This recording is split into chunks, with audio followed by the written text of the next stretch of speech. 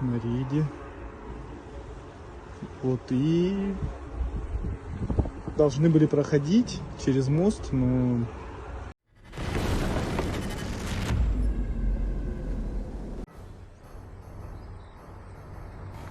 A column of Russian mobilized soldiers, reportedly from Chuvashia, were subject to Ukrainian Himars strikes.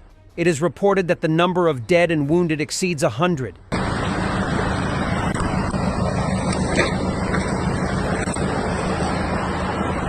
Crimean Bridge is having more stomach problems this morning.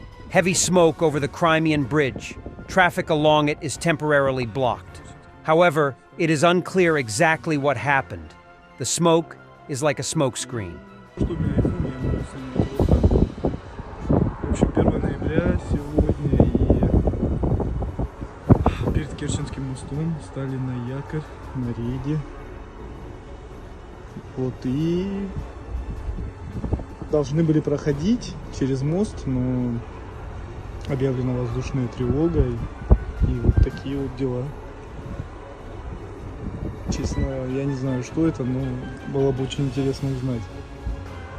И вот, если слышно, играет до сих пор диктор, не знаю, псевдолевитан какой-то, говорит что-то там, что-то там. Опачки. ПВО не спит. Footage from the battles at Krinky area.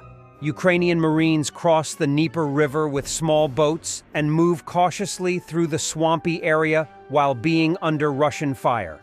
Establishing and expanding a bridgehead, there is a very difficult undertaking. While Ukrainian recon and drone units are striking Russian positions and reinforcements near Krinky, Ukrainian units are trying to expand their zone of control. Russian sources claim the Ukrainians are fighting its way southwest to Kozachi-Laheri.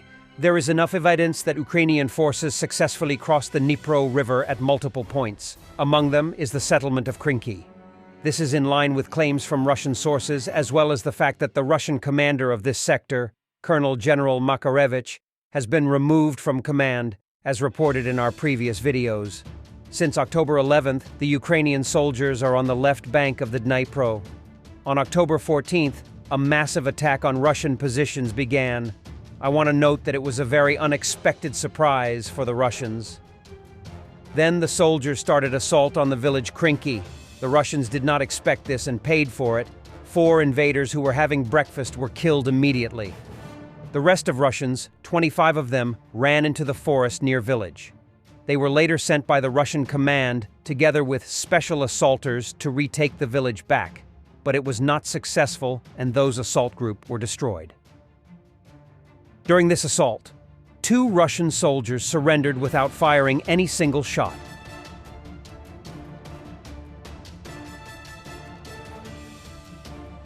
Russian channel VTHK OGPU says that Russian General Teplinsky might have been a target in a strike against the command center of the Dnieper Army Group. The news about Teplinsky replacing Makarevich as the head of the Dnieper Group was leaked just days ago. This general, who comes from VDV, appears to be highly esteemed by Russian servicemen. Personally, I always take info from this channel with a big grain of salt, but they were right on several occasions. I would not be surprised if Teplinsky appears on some TV program in Russia in the next few weeks looking healthy. But if this information is true, and Teplinsky is knocked out in some capacity, it would be a big win for Ukraine. Urgent. As the KOGPU learned, today a strike was carried out at the command post of the Dnieper Group, which this week was headed by Colonel General Teplinsky. At the moment, it is known that at least 1 soldier was killed and several were seriously injured. It is unknown whether Teplinsky was at the command post at that moment.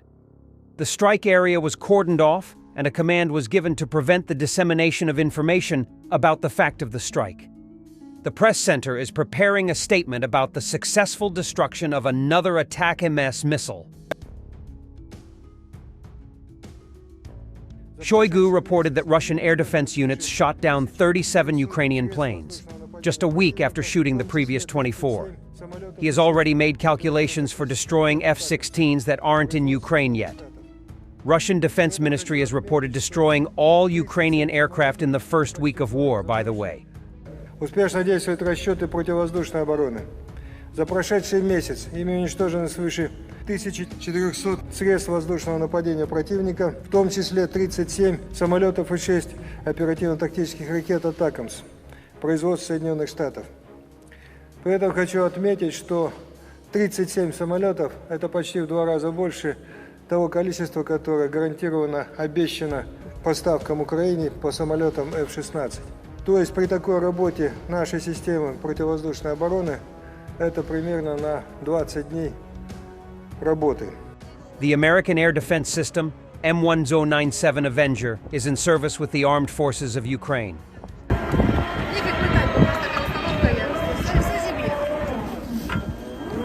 First, T-72 versus Leopard 2 tank duel, by the way. As the sources who posted several videos of this fight report, the T-72 scored a lucky hit with the very first shot.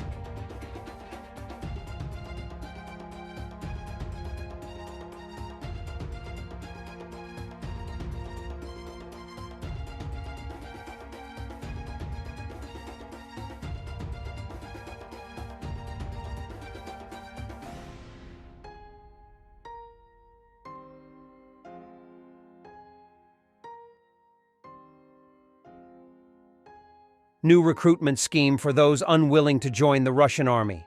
The Russian army has seen a decline in interest in contract service. The Kremlin needs to look for new cannon fodder.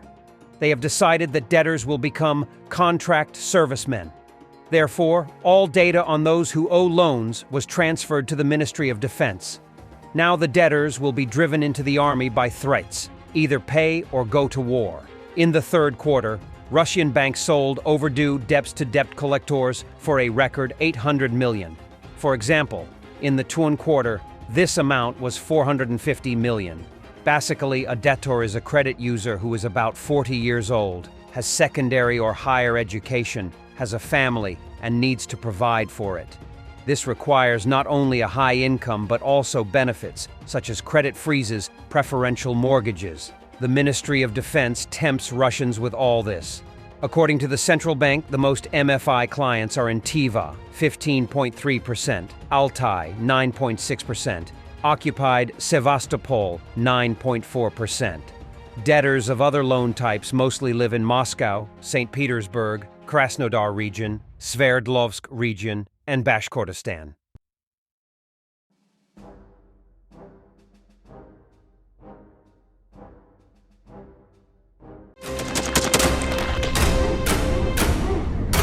Thanks for watching and don't forget to subscribe. Also, if you wanna support Warthog Defense, please become our member and get early access to new videos, exclusive members-only videos, and become administrator in comment section. The membership link is in the description.